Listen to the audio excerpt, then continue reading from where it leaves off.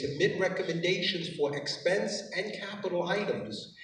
And I even wonder if the agencies even review them I even wonder if the agencies review them before they say no. I think that, do you find the no to be automatic? And do you have an analysis? Do you get a rationale why they said no? What do you get when they say no? No, there's no rationale to it. You just get you get something in a sentence or two says no. Absolutely. And I can produce last year's district needs as well. Can I just respond at least to Commissioner Vaca and to you? That is not the experience of every community board. So that's why I urge you to look carefully at the analysis of district needs statements and the response to those statements from all 59 community boards, or to all 59 community boards from city agencies, because they're all over the place. And I think you would find that analysis very interesting, because the response is not always no. And if it is always no for community board 10 in the Bronx, then I think there's an issue that you can appropriately deal with, or should deal with. Anyone else? Thank you, Mr. Cruz. Thank you. Mr. Rocco?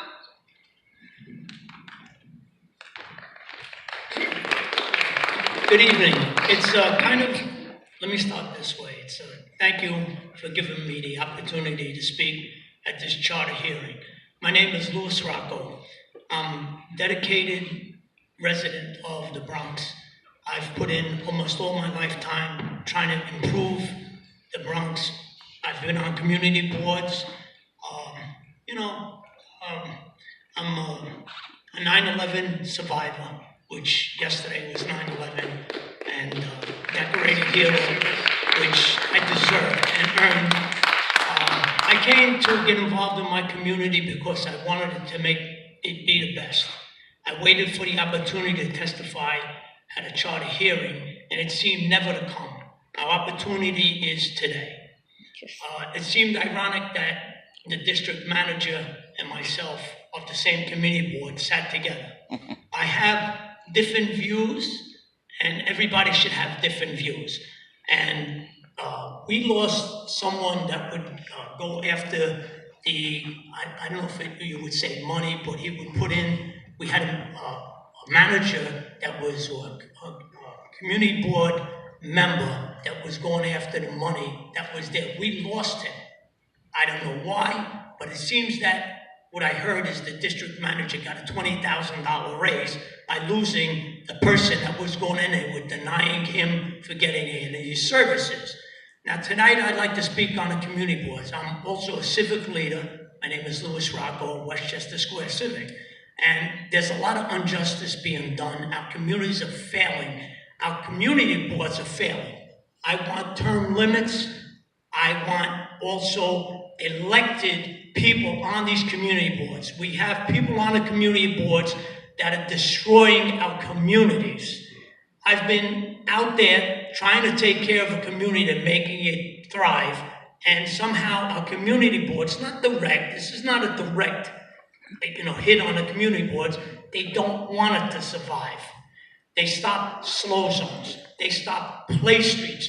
They stop, even with the police that we request, it's being stopped. There's an injustice being done. An investigation needs to be done on why the politics stops the people in the Bronx from getting ahead. The amount of money that could be saved. We need to start doing investigations, like Mr.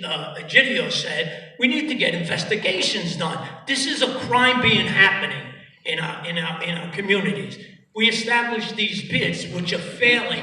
Our streets are filthy. Our community boards, what they do is they promote everything for a bid, which is a business opportunity. They're supposed to be not-for-profits. They're making profits. That's right. The people are disgusted. You got to listen to the people and see what goes on in our community boards. I'm very passionate to see this here. And I see in front of me a lot of years of dedicated service that sits there. We need change before the city changes to the worst. And we're asking you. I don't know how to put it. I'm begging our our leaders to stop doing what we're doing. We're failing. Our schools are failing. I have a community that doesn't have a school. And as far as nationality, the best thing we could have is a multicultural nationality in my community. We're not even addressing that. So we need to get on the ball and make some changes because this city is going to fail. As I speak, I have neighbors moving out by the hundreds. I would say my intention is to move out, but what I've been through, I'm staying. I would urge you to stay, Mr. God Rocco. gave me, New York needs people God gave me a more will. passionate. God gave me a will. 4 months ago, I was slated to have a back operation. I walked out, I said, God, and I'm not finished what I want to do. And this is coming from my heart. I am on a mission. I want this to be the best Bronx and the best city in the world. We need your support. Listen to us. Listen to Cemetery. Listen to the people. That's all we're asking. You know, it's not about money. We need to stop the bad politics and move on. And we are here to And do just I that. applaud And you thank guys. you. I love you, Thank and you. I want you to help us. That's all I'm asking. And I don't have the right words. You I have have the the right passion, and the passion's never gonna die. And I thank you. Covers the right words. Thank you, Mr. Lindsay. Yeah, Mr. Rocca, thank you. I wanted to ask a follow-up question. You expressed some dissatisfaction with how I believe your business improvement district has been working. Could you elaborate more on some of the concerns you have, some things you might like to see change in how they're either structured or how they operate?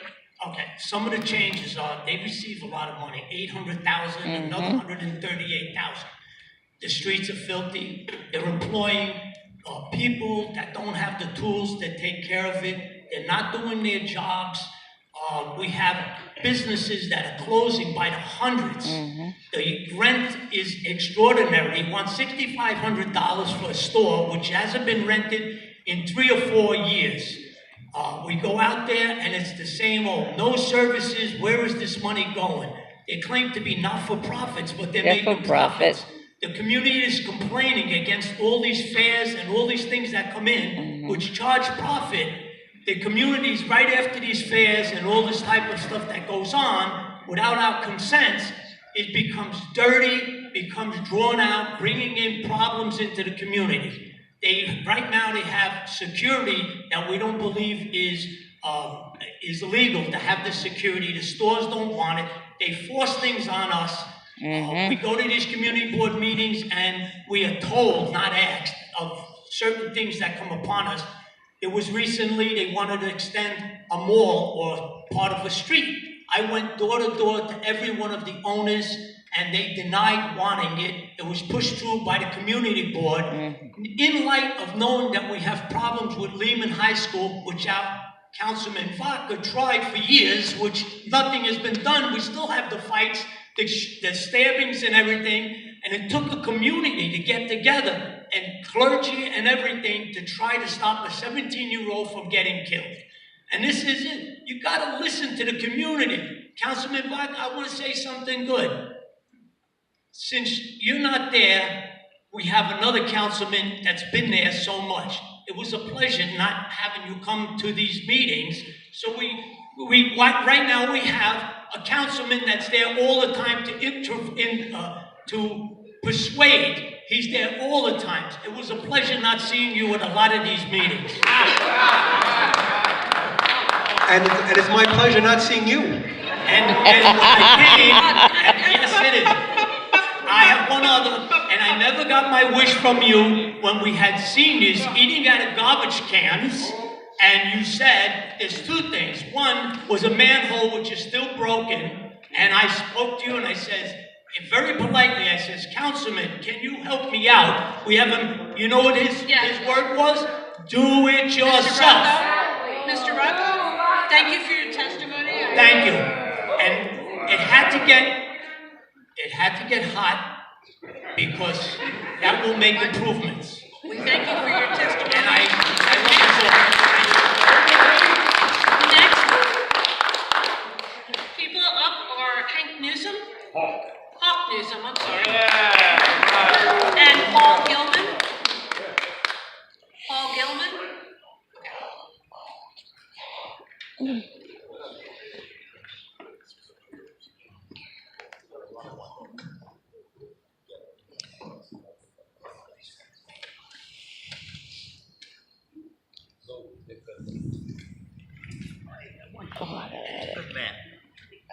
Mr. Newsom? Yes. Thank you for. You guys hear me? Yes. Especially that woman who made the policing comment. Yeah, I hear you. Good afternoon. My name is Hawk Newsom. I'm the president of Black Lives Matter of Greater New York. I am a Bronxite. I am also here to speak on behalf of the elected Civilian Complaint Review Board. What we have here is the opportunity for New York to be a trailblazer on an issue that has plagued our society since the inception of policing in Black and brown communities. You have the opportunity to right wrongs. You have the opportunity to say that black, brown, gay, and trans lives matter to you. That's right. Over the years, New York City has had the most high-profile cases of police brutality. Not Selma, not Ferguson, not Texas, but here in New York City. Some were obviously before my time, but there have been cases that I've personally seen, like Eric Garner, who was choked to death. The police officer choked him, was not indicted. The department took no action, and our progressive mayor said that he was waiting for Washington, D.C., Donald Trump's administration, to make a move before he would. And in an opportunistic PR stunt, 2 days before the anniversary of Eric Garner's death, he announced that the police department would launch an investigation into this officer's actions. We can talk about Akai Gurley, how Ken Thompson, God bless his soul, his office convicted a man of manslaughter and then recommended no jail time. Who here of color knows someone from our communities that have been convicted of manslaughter and there was no request for jail time? This is injustice. Right now, our people have no protection, and you have the ability to give us some sort of protection, and that is through the elected Civilian Complaint Review Board. As it stands, I can tell you what's not working. The Civilian Complaint Review Board is appointed by the mayor's office and the police commissioner. This is implicit bias. You know who signs your checks, you know who appoints you, and this is who you are loyal to. What we propose is that the people elect their own. The people, the same people who take to the streets, activists who sit up there and over there, those people run for these seats. Therefore, there can be some accountability. Right now, the police chief can overturn the decisions of the Civilian Complaint Review Board. What is the purpose of the Civilian Complaint Review Board if he can do that? He has internal affairs. They have their Sergeant's Benevolent Union. They have so many different levels of just protection. Why can't we have something that's independent and accountable to the people? Thank you. Allison? Thank you so much. I have two questions. First is earlier this evening, a proposal was presented to elect both Independent Civilian Complaint Review Board and a separate special prosecutor. And I wanted to get a sense of whether you're supportive of that or this is just specific to the CCRB.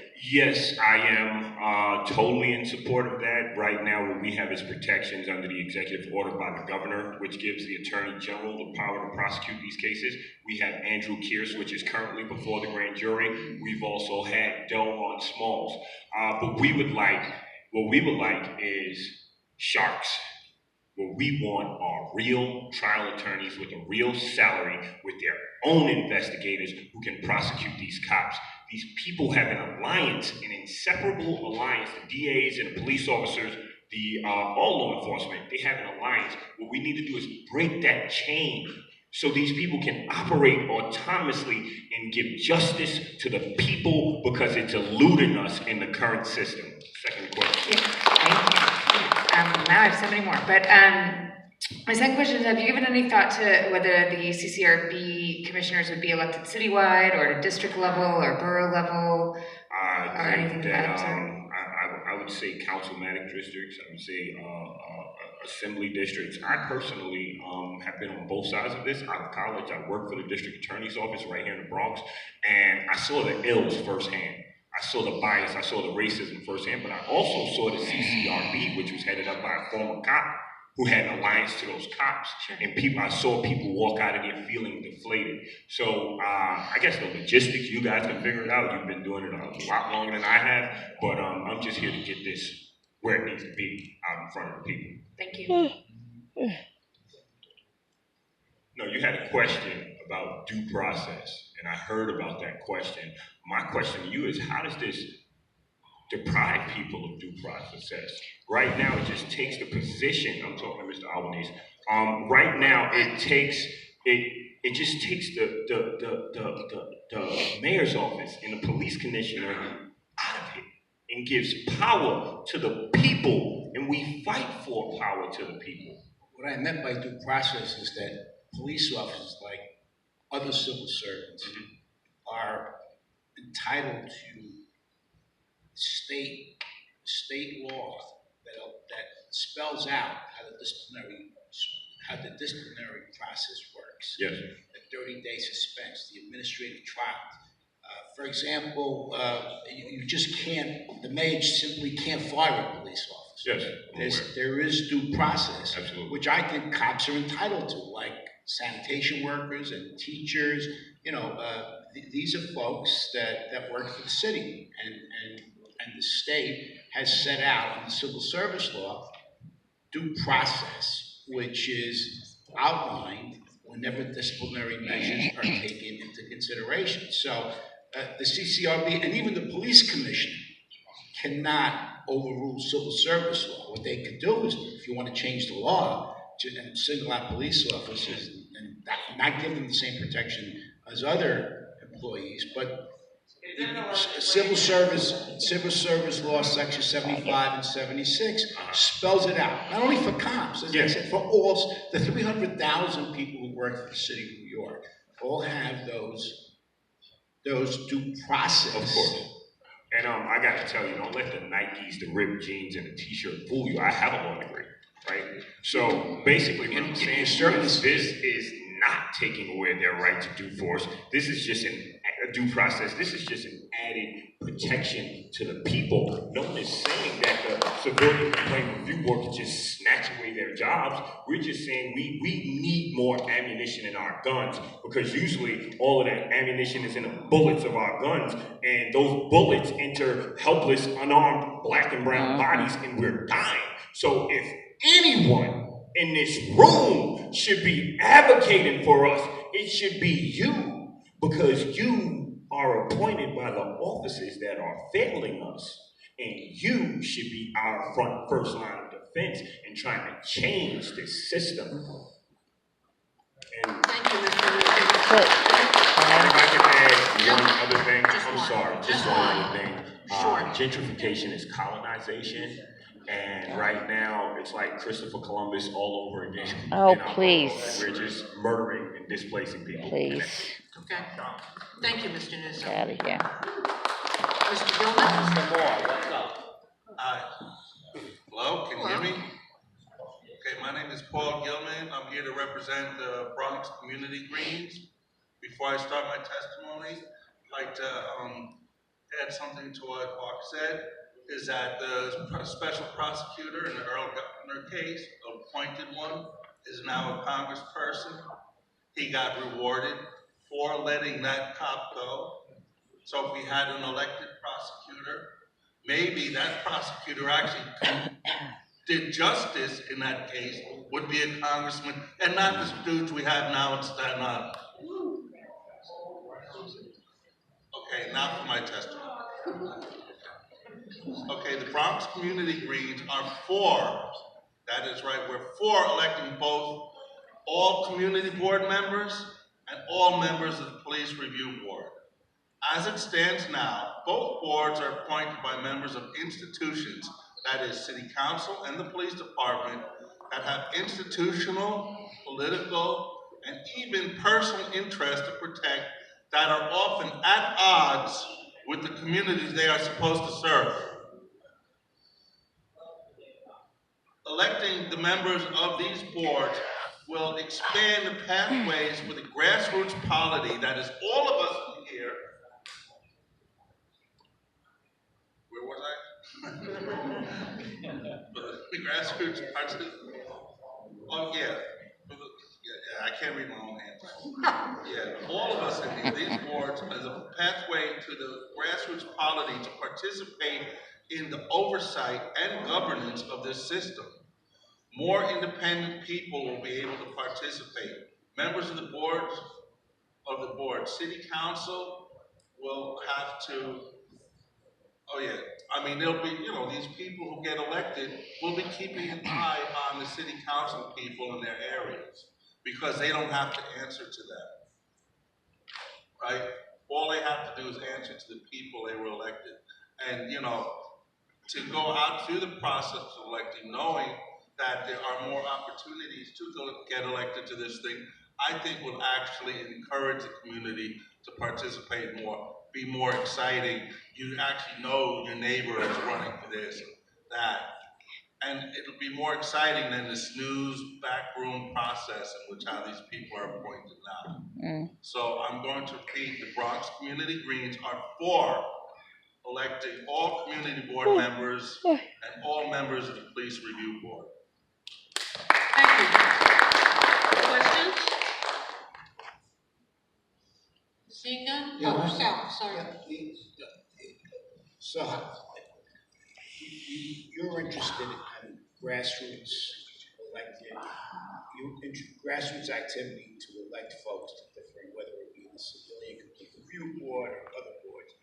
But what about the folks that are in office now? I mean, these are folks that you have an opportunity to vote for or against. The mayor, for example, controls the police department, appoints the commission, the city council members.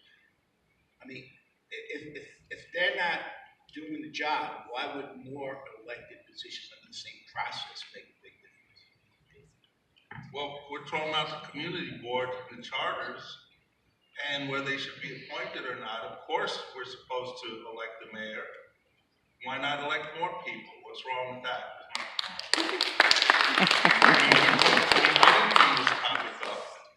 It's community boards. Do we want elected or not? I say yes. You want the police review board elected? Yes. I don't even think the police should actually participate in the police review board because they're supposed to serve us. I don't think, you notice that when a police commissioner gets appointed, they have a legislative agenda? That's wrong. They're not supposed to have a legislative agenda. They're supposed to follow what we tell them. They're supposed to follow the laws that we make. They're not supposed to have an agenda. They're supposed to be a neutral body to protect all people. But when they have their own agenda, then their own institutional needs, they become alienated, and it's often at odds with serving the community. Thank you. Sal? Anyone else? Thank you, Mr. Gilman. Thank you, Mr. Newsom. You're welcome. Excuse me. We have 3 slips left, so I'm going to call all 3 people up. Maybe Indiana, if we could borrow your chair. And Ken Brown, Tiffany Wheatland, and Jonathan Garcia.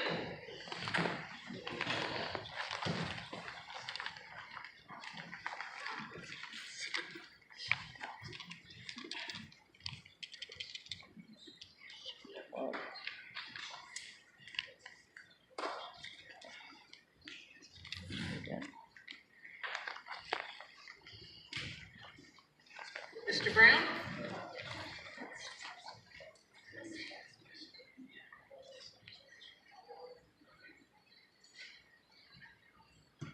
Good evening, commissioners and everyone. Thank you all for staying.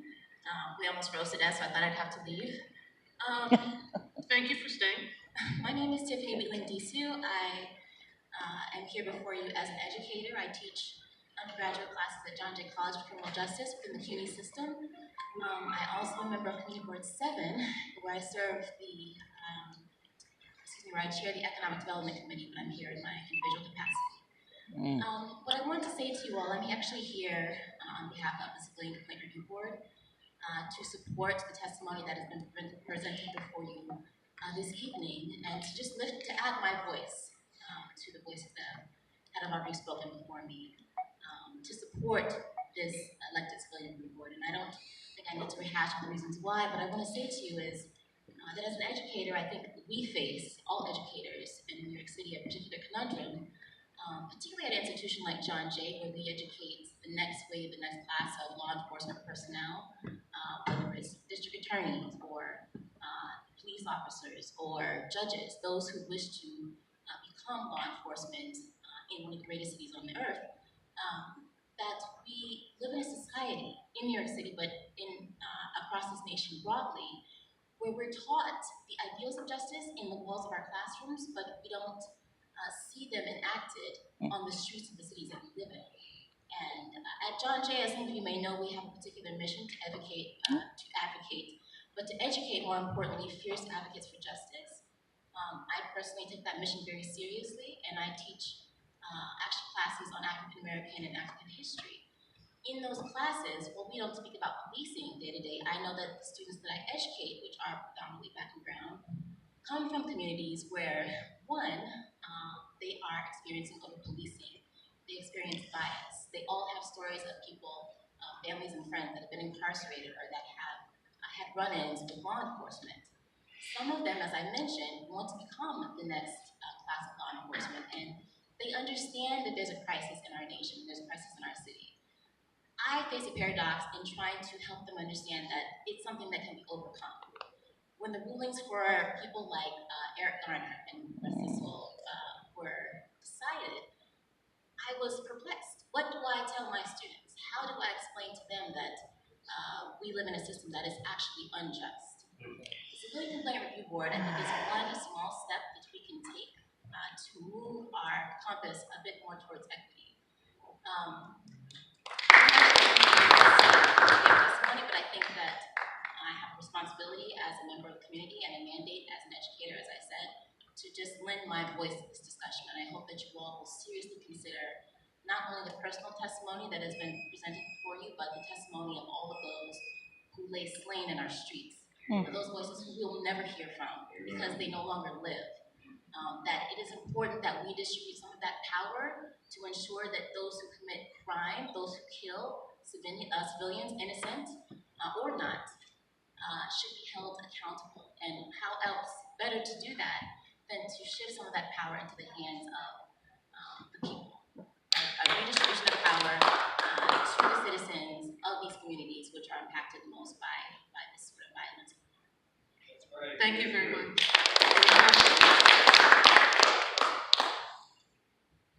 Thank you, Ms. Lindsay Sue. Mr. Graham? Okay. All right. Thank you, Mr. Garcia.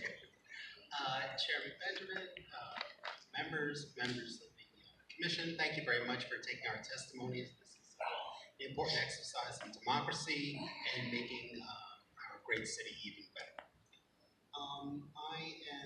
I have the privilege of being the district manager of Bronx Community Board 5. So there's a couple of items that I'd like to submit as my recommendations. First, it's our consideration that access to planning professionals at the community board level is specific, is a vital asset. Given our recent experience in the Jerome Avenue rezoning, it would have been found appropriate and vital that we have technical assistance provided to us in the form of urban planners that could have represented and articulated the concerns of our community board members in a way that conforms to the vocabulary and expertise of professionally trained urban planners. Regarding to, the proposition as it's stated in the ballot recommendation is attractive one regarding this, to make a pool of planners available at a citywide level, which could then be afforded on a demand on a per demand level to the community boards as needed, would have been a resource that could have been much more advantage of the rezoning process. Regarding the fair share criteria, there has been considerable agitation and consternation in our community regarding the fair share criteria as it applies to the notification and citing specifically of homeless shelters. I want to echo and reconfirm the testimony that's been given by other members that we also in our community feel burdened by these sorts of facilities. Community Board 5, I think, is the second highest concentration of shelters in the borough. It's my understanding that the fair share criteria specifically is a means of notification of the siting of burdensome community facilities, and that it is not a requirement for an affirmative consideration of burden in the community. And given the mandate by the mayor's plan on homelessness to site shelters in communities where people originate from, has an intended or unintended consequence of overburdening poor communities and underserved communities. So it in effect is punishing poor communities. So the fair share criteria has to be reformed so that it takes better consideration of the consequences of burdening our community, and not just the means of notification.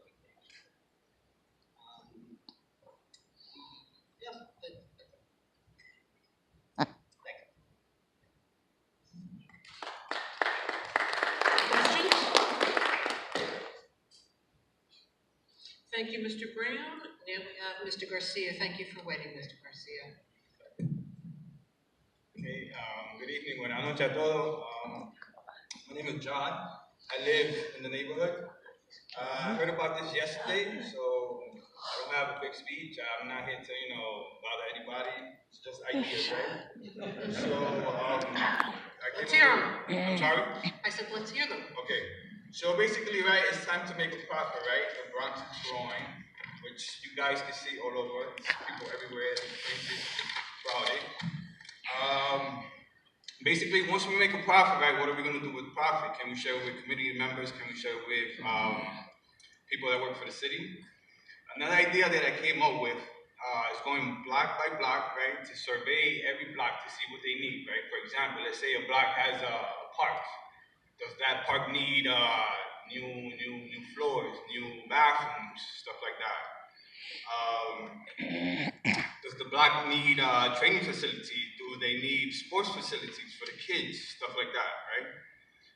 Another thing that I came up with, right, is using the space below and between, at least the train station. There's a lot of space inside the train, subways, everywhere, that, we could use for something. I don't know.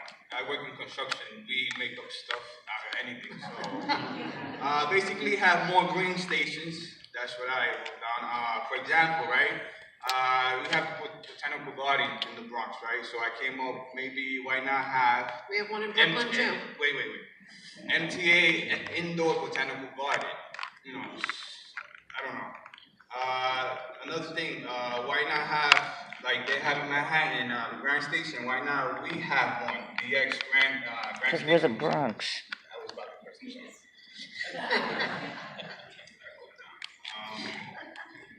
another thing that I came up with, right, it's, we have a big coast. DX coast is really big, right? Why not fix that? I work in Queens, and they have a section where they fixing it, the parks. Why not maybe have a park around the perimeter? Maybe high elevated, there's water problems going on now and in the future. Another thing I came up with, right, schools, right? It's problem with guns, right? You see this new stands outside the street corners where you plug your phone, right? Why not have, gun detectors around the perimeter of the schools? you know, I don't know. just They an do. idea. Almost finished.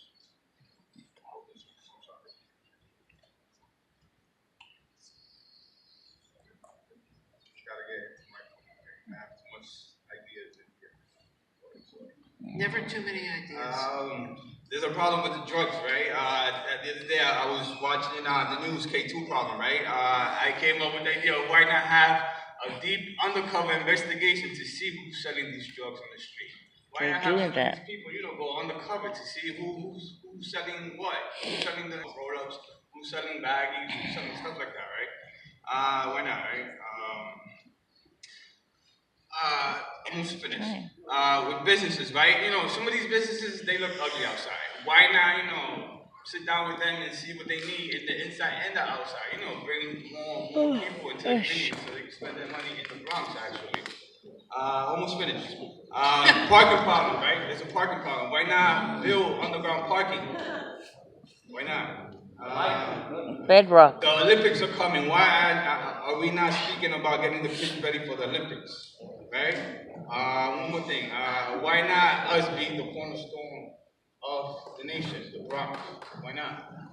And with that, have a good day.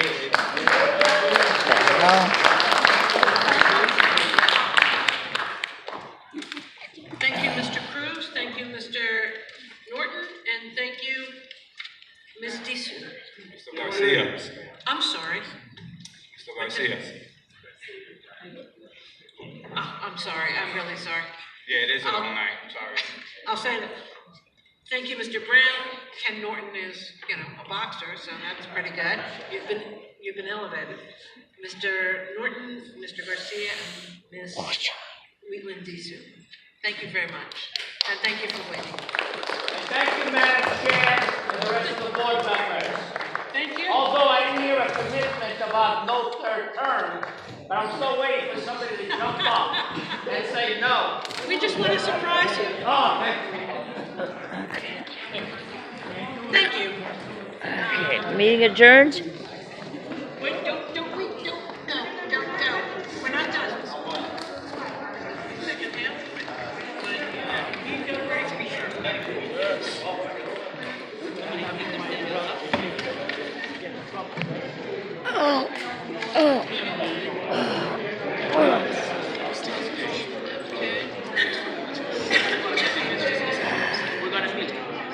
Is there anyone else from the public who wishes to testify and whose name I haven't called? Hearing none, seeing none, I will now close the public hearing. I thank everyone for attending, sharing your thoughts and ideas with us, and encourage you to continue to do so throughout this process. For those of you who said you would send us copies of your testimony or further thoughts, we'll be looking for them. And remember to visit our website, follow us on Twitter and Facebook. I will now move on to our next order of business, which is the Commission's adoption of the minutes of our July 16th organizational meeting, which have been previously provided to the Commissioners and are available in draft form on the Commission's website. Do I hear a motion to approve? Second? Discussion? Therefore, all those in favor? Aye. Opposed? The motion carries. Now I note for the record that we received a letter from Jeff Metzler, resigning as Executive Director of the Commission. You have received in your briefing materials biographical information. I'm sorry. On the current Commission staff, including that of Ed Atkins.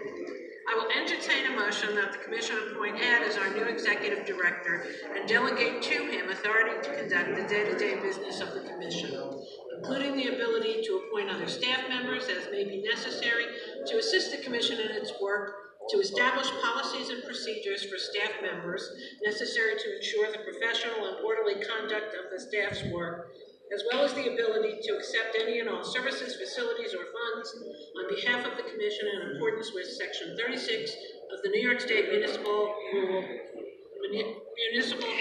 Law. Is there a motion? Second? Discussion? All those in favor? Aye. Opposed? The motion carries. Congratulations, Ed.